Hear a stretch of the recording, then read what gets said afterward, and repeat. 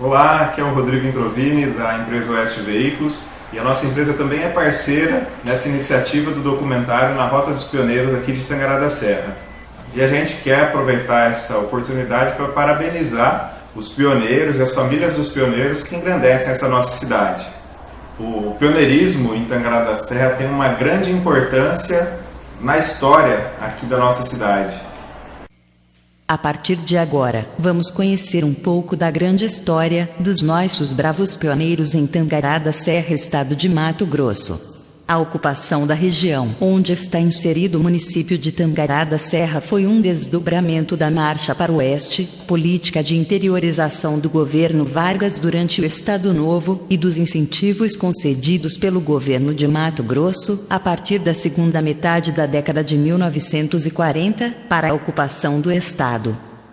Na década de 1950, o Vale do Sepotuba, território ancestral do povo Parese, foi percorrido por agrimensores do Departamento de Terras e Colonização para demarcar glebas pertencentes a adquirentes de títulos provisórios de terras, sendo estes formados, em sua maioria, por descendentes de japoneses, vindos dos estados de São Paulo e do Paraná. Posteriormente, quase todos se desfizeram de seus títulos por causa de conflitos fundiários. Após o loteamento das glebas, foi iniciada a colonização da área através de propaganda veiculada em jornais e revistas de circulação nacional que enfatizavam a fertilidade do solo, oportunidade de concretizar projetos de vida e facilidades na aquisição dos lotes. Em 1960, Joaquim Nules e Vanderlei Martinez fundaram a Sociedade Imobiliária Tupã para a Agricultura, CITA, empresa responsável pela colonização de Tangará da Serra a partir do loteamento das glebas Santa Fé, Esmeralda e Juntino. Desde o início chamaram o projeto de Tangará em referência a uma espécie de ave muito comum na região. As três primeiras famílias chegaram em julho de 1959, dentre elas a do farmacêutico Herotides Rodrigues Machado. Os colonos vinham de Minas Gerais, São Paulo, Paraná e do Nordeste brasileiro, atraídos pela promessa de que na gleba existiam condições ecológicas favoráveis para o plantio do café.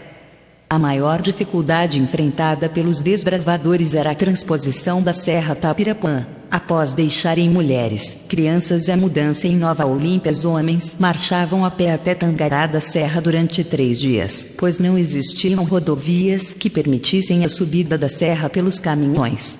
Entre 1961 e 1962 foi aberta, em regime de mutirão, uma estrada ligando Tangará da Serra à Barra do Bugres, mas ainda assim a subida permanecia dificultosa para as carretas. O projeto da cidade foi elaborado no ano de 1962 por Américo Carnevali, arquiteto de Tupã, interior da São Paulo, onde residiam os proprietários da CITA. Planejado para ocupar a gleba Santa Fé, o núcleo urbano previa ruas largas, um total de 168 quadras com 16 lotes cada, tendo como marco zero o centro cívico. As 6 avenidas que rasgaram o centro urbano foram chamadas de Brasil, Paraná, São Paulo, Brasília, Cuiabá e Mato Grosso. As ruas, por seu turno, receberam apenas numeração para, posteriormente, homenagearem os pioneiros que trabalharam pelo desenvolvimento da cidade. Rico em detalhes, o plano urbanístico indicava, inclusive, os locais onde se edificaria um mercado, farmácia, hospital, rodoviária, praças, escolas, cinemas, estádio de futebol, posto de saúde, delegacia de polícia, aeroporto, entre outros. O entorno do núcleo urbano foi reservado para receber chácaras, seguidas de sítios e, mais distantes, fazendas. Compradores de lotes rurais ganhavam da colonizadora um terreno urbano, desde que assumissem o compromisso de construir residência em prazo predeterminado.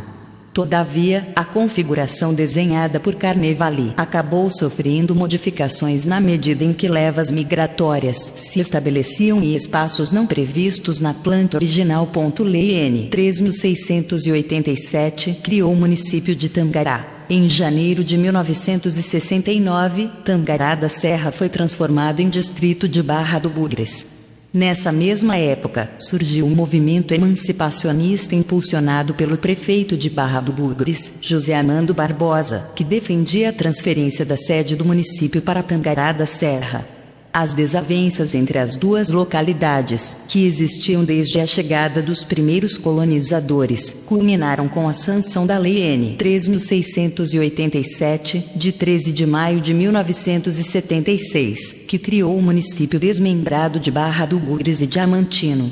O autor do projeto de lei foi o deputado José Amando, antigo prefeito de Barra do Bugres, que caiu em desgraça na sede municipal ao defender a emancipação de Tangará da Serra.